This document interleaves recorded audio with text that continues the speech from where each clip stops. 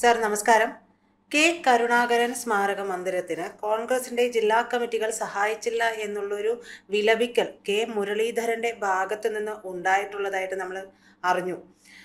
കോൺഗ്രസ് നേതാക്കളെ കുറ്റം പറഞ്ഞിട്ട് കാര്യമുണ്ടോ എന്നുള്ളത് ചോദിച്ചാൽ അതും മറ്റൊരു വിഷയമാണ്. എന്തായാലും കോൺഗ്രസ് നേതാക്കളെ ഏറെ കുറ്റം പറഞ്ഞിട്ടുള്ള ഒരാൾ കൂടിയാണ് കെ മുരളീധരൻ.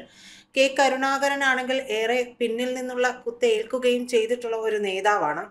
മാത്രമല്ല കെ മുരളീധരൻ ന്റെ കാര്യം പറയുമ്പോൾ മറ്റൊരു കാര്യം പറയേണ്ടത്, DICക്ക് വേണ്ടി തിരുവനന്തപുരം BMGയിൽ 7 കോടിയുടെ ഒരു കെട്ടിടം വാങ്ങിയിട്ടുണ്ടായിരുന്നു. അതിൻ്റെ പ്രവർത്തനമൊക്കെ ഇപ്പോൾ എവിടെ വരെ എത്തി നിൽക്കുന്നു എന്നുള്ള കാര്യങ്ങളുമൊക്കെ ഒന്ന് അറിയേണ്ടതുണ്ട്. ഈ ഒരു വിഷയം വരുമ്പോൾ ഇത് എങ്ങനെയാണ് നമ്മൾ നോക്കി കാണേണ്ടത് സർ? കഴിഞ്ഞ ദിവസം തിരുവനന്തപുരത്ത് നിന്ന് ഒരു വിലാപകാവ്യം കേട്ടു. വിലാപകാവ്യം അവതരിപ്പിച്ചത് ശ്രീ കെ മുരളീധരനാണ്. കെ മുരളീധരനെ പ്രത്യേകിച്ച് രാഷ്ട്രീയത്തിൽ വിശേഷിപ്പിക്കേണ്ട കാര്യമില്ല.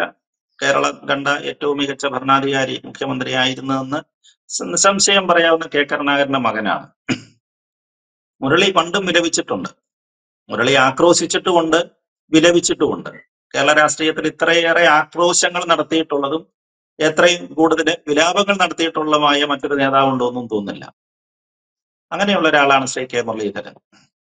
ഇന്നലെ അദ്ദേഹം തിരുവനന്തപുരത്ത് നടത്തിയ പ്രസ്താവന എന്ന് പറയുന്നത് ഒരു വിലാപ പ്രസ്താവനയാണ്. അദ്ദേഹം പറയുന്നത് കെ കരുണാകരന് വേണ്ടിയിട്ട് ഒരു സ്മാരകം നിർമ്മിക്കുന്നുണ്ട് തിരുവനന്തപുരത്ത്. സർക്കാർ വിട്ടുകൊടുത്ത 37 സെന്റ് സ്ഥലത്ത്, അത് നന്ദാവനത്താണ്. നന്ദാവനത്ത് അദ്ദേഹത്തിന് ഒരു സ്മാരകം നിർമ്മിക്കാനായിട്ട് കുറെ നാൾ കൊണ്ട് ശ്രമിക്കുന്നുണ്ട്. അപ്പൊ അതിന്റെ തറക്കല്ലിടൽ ചടങ്ങാണ് ഇന്നലെ തിരുവനന്തപുരത്ത് നടന്നത്. ആ ചടങ്ങിൽ വെച്ചും മുരളീധരന് മറ്റൊരു കോൺഗ്രസ് നേതൃത്വത്തെ നോക്കിയിട്ട് മറ്റൊരു വിലാപം നടത്തേണ്ടി വന്നു. അതെന്ന് പറയുന്നത്, ഈ സ്മാരക മന്ദിരത്തിന് ആവശ്യമായ സാമ്പത്തിക സഹായം നൽകുന്നതില് കോൺഗ്രസ്സുകാരാണ് ഇതിൽ മുന്നോട്ട് നിൽക്കുന്നത് എന്നുള്ളതാണ്. ഇപ്പൊ മറ്റാളുകൾ മുന്നോട്ട് വരുന്നുണ്ടാകും, മറ്റേതൊരു രാഷ്ട്രീയക്കാർ വരുന്നുണ്ടാകും എന്നാണോ അദ്ദേഹം സൂചിപ്പിച്ചത്. പിന്നെ ചില ജില്ലാ കമ്മിറ്റികളെ എടുത്തു പറഞ്ഞുകൊണ്ടാണ് ശ്രീ മുരളീധരൻ സംസാരിക്കുന്നത്.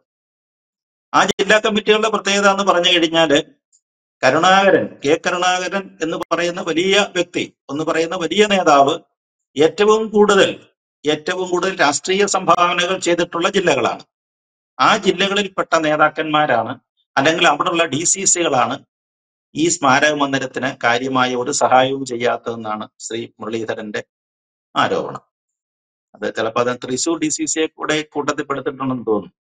കാരണം കരുണാകരൻ കണ്ണൂരുകാരനാണെങ്കിൽ, കണ്ണൂരിൽ ജനിച്ചെങ്കിലും അദ്ദേഹത്തിന്റെ പ്രവർത്തന മണ്ഡലം മുഴുവൻ തൃശ്ശൂർ തന്നെയായിരുന്നു, തൃശ്ശൂർ കേന്ദ്രീകരിച്ചായിരുന്നു. മാളയായിരുന്നല്ലോ അദ്ദേഹത്തിന്റെ സ്ഥിരം അസംബ്ലി മണ്ഡലം പോലും മാളയായിരുന്നു. അപ്പൊ അതായിരിക്കാം, അതിനെ കേന്ദ്രീകരിച്ചാണോ ശ്രീ മുരളി ഉദ്ദേശിച്ചതെന്ന് മനസ്സിലാകുന്നില്ല. മുരളിയെ സംബന്ധിച്ചിടത്തോളം നമ്മൾ നേരത്തെ പറഞ്ഞല്ലോ, മുരളി ഒരുപാട് ആക്രോശങ്ങൾ നടത്തിയിട്ടുണ്ട്.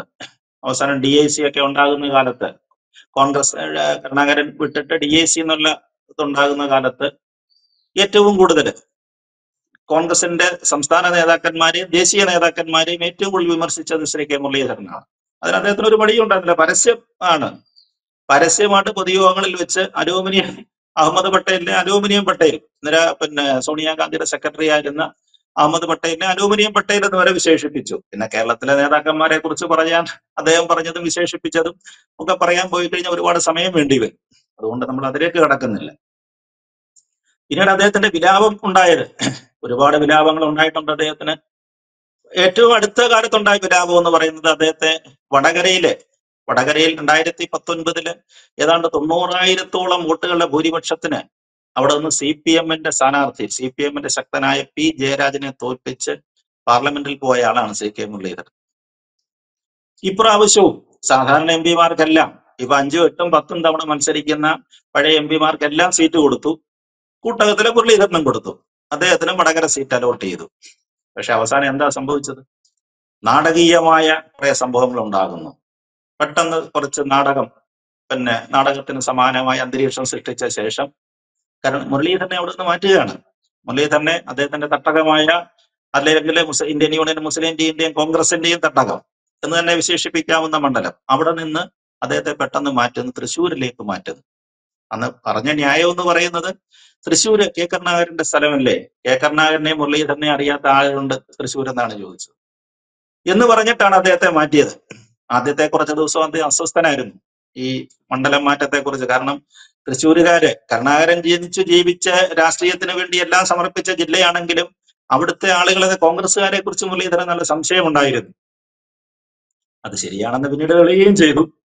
അപ്പൊ അങ്ങനെ വടകരയിൽ നിന്ന് പെട്ടെന്ന് അദ്ദേഹത്തെ തൃശ്ശൂരേക്ക് മാറ്റി.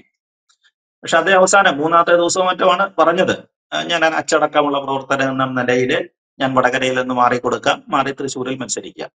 അപ്പൊ അങ്ങനെ വടകരയിൽ ഷാഫി പറമ്പിൽ എന്നൊരു സ്ഥാനാർത്ഥി വന്നു. ഏതാണ്ട് മുരളീധരന്റെ അതിനെക്കാട്ടിലൊരു കുറച്ച് വോട്ടിന്റെ കൂടെ ഭൂരിപക്ഷത്തിലാണ് ഷാഫി വടകരയിൽ നിന്ന് ജയിക്കുകയും ചെയ്തു. മുരളീധരൻ എന്ത് സംഭവിച്ചു? മുരളീധരനെ എതിർത്തത് സുരേഷ് ഗോപിയെ പോലൊരു സ്ഥാനാർത്ഥിയാണ് അവിടെ വന്നത്. ഒരു പകുതി BJP പകുതി സിനിമാക്കാരനെന്നൊക്കെ പറയാവുന്ന സുരേഷ് ഗോപിയെ പോലെ പോപ്പുലറായ ഒരു സ്ഥാനാർത്ഥി അവിടെ വന്നു. അതേപോലെ CPIക്ക് LDFനും സ്ഥാനാർത്ഥി ഉണ്ടായിരുന്നു.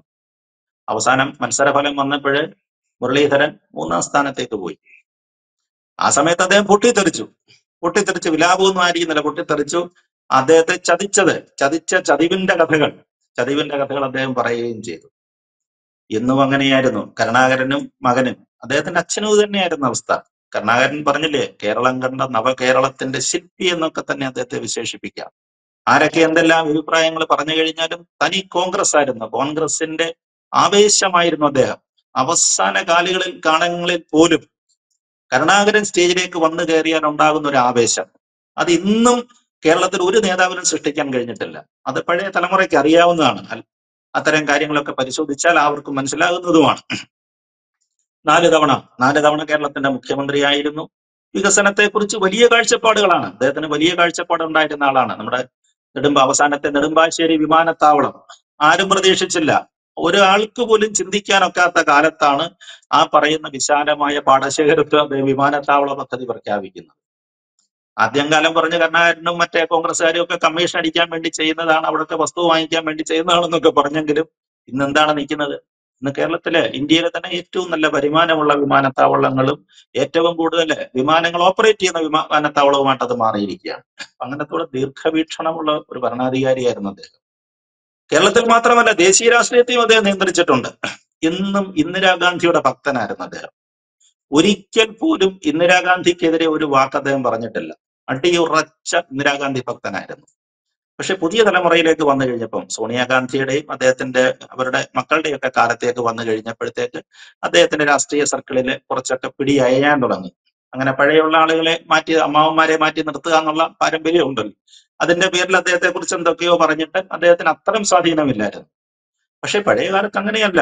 പ്രധാനമന്ത്രിയെ നിശ്ചയിക്കുന്നതിൽ വരെ അധികാരമുണ്ടായിരുന്നു അദ്ദേഹം. നോക്കണം, ഈ സൗത്ത് ഇന്ത്യയിൽ നിന്നുള്ള ഈ നേതാവിനുണ്ടായിരുന്നു. അത്ര വലിയ കിങ് മേക്കർ എന്നൊക്കെയാണ് അദ്ദേഹത്തെ വിശേഷിപ്പിക്കുന്നത്. അദ്ദേഹം തമിഴ്നാട്ടിൽ നിന്ന് ഒരു നേതാവ് ഉണ്ടായിരുന്നു, GK മൂപ്പന എന്ന് പറയുന്ന ഒരു നേതാവ് ഉണ്ടായിരുന്നു. കുംഭകോണം സ്വദേശിയായ GK മൂപ്പന. ഇവർ രണ്ടുപേരുമായിരുന്നു ശരിക്കും ദേശീയ രാഷ്ട്രീയം കുറെ കാലം നിശ്ചയിച്ചുകൊണ്ടിരുന്നത്. രാഷ്ട്രീയ കാലത്തിൽ എന്തെല്ലാം കാര്യങ്ങൾ ചെയ്യണം, ആരൊക്കെ എവിടെയൊക്കെ വരണം എന്നുള്ള കാര്യത്തെക്കുറിച്ച് തീരുമാനിച്ച നേതാക്കന്മാരാണ്. മൂപ്പനാരുടെ പിന്നെ അദ്ദേഹം പാർട്ടി ഉണ്ടാക്കി, അദ്ദേഹത്തിന്റെ മകനിപ്പം തമിഴ്നാട്ടിൽ ഒരു പാർട്ടിയൊക്കെ ആയിട്ട് നിൽക്കുകയാണ്. കോൺഗ്രസിന്റെ എന്തൊരു കഷ്ണമായിട്ടൊക്കെ അദ്ദേഹം പ്രവർത്തിക്കുന്നതായിട്ടാണ് അറിയുന്നത്. അപ്പൊ അത്തരത്തിലുള്ള ഒരു നേതാവാണ് അദ്ദേഹം. ആ നേതാവിനെ അന്ന് ശക്തമായ ഗ്രൂപ്പിസം കേരളത്തിൽ നിലവിലുണ്ട്. ശരിക്കും A ഗ്രൂപ്പ്, I ഗ്രൂപ്പ് എന്ന് പറയുന്ന ഗ്രൂപ്പുകൾ, അതിൽ ഒന്നിന് ആന്റണിയാണ്, ശ്രീ AK ആന്റണിയാണ് A ഗ്രൂപ്പിന് നേതൃത്വം കൊടുക്കുന്നത്. അതേപോലെ I ഗ്രൂപ്പ്, കരുണാകരന്റെ നേതൃത്വമുള്ള I ഗ്രൂപ്പ്. കേരളത്തില് ഇന്ന് കാണുന്ന എണ്ണപ്പെട്ട നേതാക്കന്മാരെ A ഗ്രൂപ്പിന്റെ ഒഴിച്ചു നിർത്തി കഴിഞ്ഞാൽ, ഇപ്പൊ ആന്റണിയോ അല്ലെങ്കിൽ പരേതനായ ഉമ്മൻചാണ്ടിയോ, പിന്നെ ഒരു ആദ്യഘട്ടങ്ങളിൽ വയലാർ രവി, അങ്ങനെയൊക്കെയുള്ള നേതാക്കന്മാരുണ്ട്. അതിനകത്തിൽ പറയുന്ന എണ്ണം പറഞ്ഞ നേതാക്കന്മാരെ ഒഴിച്ചു നിർത്തി കഴിഞ്ഞാല് കേരള രാഷ്ട്രീയത്തിൽ ഇന്നും വിലസുന്ന, ഇന്നും തിളങ്ങി നിൽക്കുന്ന, അല്ലെങ്കിൽ മുൻനിരയിൽ നിൽക്കുന്ന പല നേതാക്കന്മാരെ കൈപിടിച്ചുയർത്തിക്കൊണ്ടുവന്നത് ശ്രീ K കരുണാകരനാണ്. അവര് തിരുത്തൽവാദി പ്രസ്ഥാനം എന്നൊക്കെ പറഞ്ഞ് അവസാന കാലങ്ങളിൽ അദ്ദേഹത്തെ വിഷമിപ്പിച്ചിട്ടുണ്ടെങ്കിലും, ചില പ്രശ്നങ്ങളൊക്കെ ഉണ്ടാക്കിയിട്ടുണ്ടെങ്കിലും, G കാർത്തികേയനെ കൊണ്ടുവന്നത് K കരുണാകരനാണ്. രമേശ് ചെന്നിത്തലയെ കൊണ്ടുവന്നത് കരുണാകരനാണ്. KC വേണുഗോപാൽ, VS ശിവകുമാർ, പന്തളം സുധാകരൻ എന്ന് പറഞ്ഞ് അന്ന് അങ്ങനെ വരെ അത്ര വലിയ ശ്രദ്ധിക്കപ്പെടാതിരുന്ന ഒരുപാട് യുവ നേതാക്കളെ, യുവരക്തങ്ങളെ രാഷ്ട്രീയത്തിൽ കൊണ്ടുവന്ന കരുണാകരനാണ്. പക്ഷെ എന്ത് പറ്റി? അവസാനം അദ്ദേഹം DIC ഒക്കെ ഉണ്ടാക്കി പ്രസ്ഥാനത്തോട് എതിർ വന്നു. പിന്നെ അത് എതിരാളികൾ പറയുന്നത് പുത്രസ്നേഹം കൂടിപ്പോയി എന്നാണ് അദ്ദേഹത്തിന് പറയുന്നത്. അദ്ദേഹത്തിന് ഒരുപാട് പിന്നെ മുരളീധരനോടുള്ള സ്നേഹം ഒരുപാട് കൂടിപ്പോയത് കൊണ്ട് ഞങ്ങളെ ഒന്നും പരിഗണിച്ചില്ല, ഞങ്ങൾക്കൊന്നും പിന്നെ ഞങ്ങളെ ഓരോ മൂലയ്ക്കോട്ട് മാറ്റാൻ തുടങ്ങി എന്നൊക്കെയാണ് അവരുടെ വിരോധം. സ്വാഭാവികമാണല്ലോ, ഒരു അച്ഛന് മകനോട് താല്പര്യം ഉണ്ടാകും. പക്ഷെ അത്രയേറെ ഒരു പിതൃവാത്സല്യം അദ്ദേഹത്തിന് ഉണ്ടായിരുന്നു എന്നുള്ളത് അറിയത്തില്ല രാഷ്ട്രീയത്തിൽ. ഇവരെല്ലാവരും ഒരുവിധം നിൽക്കുന്ന നേതാക്കന്മാരെല്ലാം എതിരായി. അവസാനം DIC ഉണ്ടാക്കിയ സമയത്ത് വളരെ കുറച്ച് നേതാക്കന്മാര് മാത്രമേ അദ്ദേഹത്തോട് ഉണ്ടായിരുന്നുള്ളൂ. പക്ഷെ എങ്കിലും അത് കരുണാകരൻ അത് വളരെ സജീവമായിട്ട് കൊണ്ടു നടന്നു. അന്നത്തെ രാജ്യസഭാ തെരഞ്ഞെടുപ്പ് ഓർക്കുന്നില്ലേ? അംബിക സോണി ഇവിടെ വന്ന് നടത്തിയ തെരഞ്ഞെടുപ്പ്. ആ തെരഞ്ഞെടുപ്പിൽ കോൺഗ്രസിന്റെ ഔദ്യോഗിക സ്ഥാനാർത്ഥിക്കെതിരെ കരുണാകരന്റെ സ്ഥാനാർത്ഥി മത്സരിച്ചു. കരുണാകരനെ ഭയമുണ്ടായിരുന്നു, കേന്ദ്ര നേതൃത്വത്തിന് ഭയമുണ്ടായിരുന്നു. അംബിക സോണിക്കൊക്കെ അറിയാം കരുണാകരനെ കുറിച്ച്, അംബിക സോണിക്കൊക്കെ അറിയാം. പണ്ട് അംബിക സോണിയെ കുറിച്ച് അദ്ദേഹം ചില പരാമർശങ്ങളൊക്കെ നടത്തിയിട്ടുണ്ട്. AC ഓഫീസിൽ അങ്ങനെ വന്ന ആളുകളെ കുറിച്ചൊക്കെ പരാമർശങ്ങൾ നടത്തിയിട്ടുണ്ട്. അവർക്ക് ഭയവുമായിരുന്നു, ഉള്ളിൽ ഭയവുമായിരുന്നു അവർക്ക്. പക്ഷേ ആ സമയത്ത് അദ്ദേഹം വളർത്തിക്കൊണ്ടുവന്ന ചില രാഷ്ട്രീയ നേതാക്കന്മാര് അദ്ദേഹത്തിന്റെ കൂടെയാണെന്ന് അഭിനയിച്ചിട്ട് അദ്ദേഹത്തിന്റെ തന്ത്രങ്ങൾ പലതും ചോർത്തിയെടുത്തു എന്നാണ്. ആ തെരഞ്ഞെടുപ്പിൽ കരുണാകരന്റെ സ്ഥാനാർത്ഥി തോറ്റുപോയി, എങ്കിലും 25-26 വോട്ടുകളോ മറ്റോ അവർ പിടിച്ചിരുന്നത്. അദ്ദേഹത്തിന്റെ കട്ടിലിനടിയിൽ കയറിയിരുന്നെന്നൊക്കെയാണ് അന്ന് കേൾക്കുന്നത്. കട്ടിലിന്റെ അടിയിലോ കതവിന്റെ മറയിലോ ഒക്കെ ഒളിഞ്ഞു നിന്ന് കരുണാകരൻ കോൺഗ്രസിന്റെ ഔദ്യോഗിക സ്ഥാനാർത്ഥിക്കെതിരെ നടത്തുന്ന പ്രവർത്തനങ്ങളെ കുറിച്ച്, അദ്ദേഹത്തിന്റെ സംഭാഷണങ്ങളെക്കുറിച്ചും പ്രവർത്തനങ്ങളെക്കുറിച്ചും അദ്ദേഹം പാല് കൊടുത്ത് വളർത്തിയ ഈ നേതാക്കന്മാര് മറ്റുള്ളവർക്ക് ചോർത്തി കൊടുത്തു എന്നാണ്. അതുകൊണ്ടാണ് ആ സ്ഥാനാർത്ഥി തോറ്റുപോയെന്നാണ് പറയുന്നത്. എന്തായാലും കോൺഗ്രസ്സുകാരുടെ അവരുടെ നന്ദികേടിന്റെ പരമകൂടി ഏറ്റുവാങ്ങിയ നേതാവാണ് അദ്ദേഹം. പരമാവധി ഏറ്റുവാങ്ങിയ നേതാവാണ് ശ്രീ K കരുണാകരൻ. അതുകൊണ്ട് കോൺഗ്രസ്സുകാര് മറ്റൊരു രാഷ്ട്രീയ പാർട്ടിക്ക് ഉപരിയായിട്ട് കോൺഗ്രസ്സുകാർ അദ്ദേഹത്തെ പാരവെക്കും എന്നുള്ള കാര്യത്തിൽ യാതൊരു സംശയത്തിനും അവകാശമില്ല. കോൺഗ്രസ്സുകാരെ പാരവെച്ചിട്ടുള്ളതാനും. അതാണ് അതിന്റെ ചരിത്രം. അത് മുരളിക്കും അറിയാവുന്ന ചരിത്രം തന്നെയാണ്. ആരോടൊക്കെ പടവെട്ടിയാണ് അദ്ദേഹം വന്നത്? അദ്ദേഹം കോൺഗ്രസിന്റെ ഈ നയിക്കുന്ന കാലത്ത് ഒന്നുമില്ലല്ലോ, ഒരു കതർ വസ്ത്രവും ഒക്കെ ആയിട്ട് ട്രേഡ് യൂണിയൻ പ്രവർത്തനമായിട്ട് തൃശ്ശൂരിൽ വന്നതാണ്. അവസാനം 9 MLA-മാരുള്ള കക്ഷിയാണത്. നിയമസഭയിൽ 9 MLA-മാരേ ഉണ്ടായിരുന്നുള്ളൂ. ആ സമയത്ത് ഈ പാർട്ടി അദ്ദേഹം വളർത്തിയെടുത്തു.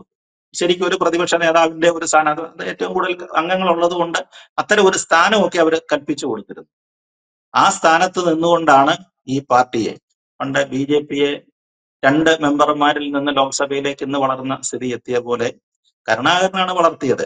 K കരുണാകരന്റെ ആ ഒരു നിശ്ചയദാർഢ്യമാണ് ശരിക്കും കോൺഗ്രസ് പ്രസ്ഥാനത്തിന് കേരളത്തിൽ അടിത്തറയിട്ടത്. അതിനകത്ത് ഒരു സംശയവുമില്ല.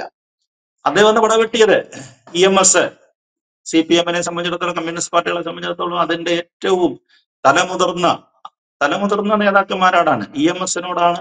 അതേപോലെ തന്നെ AKG ഉണ്ട്.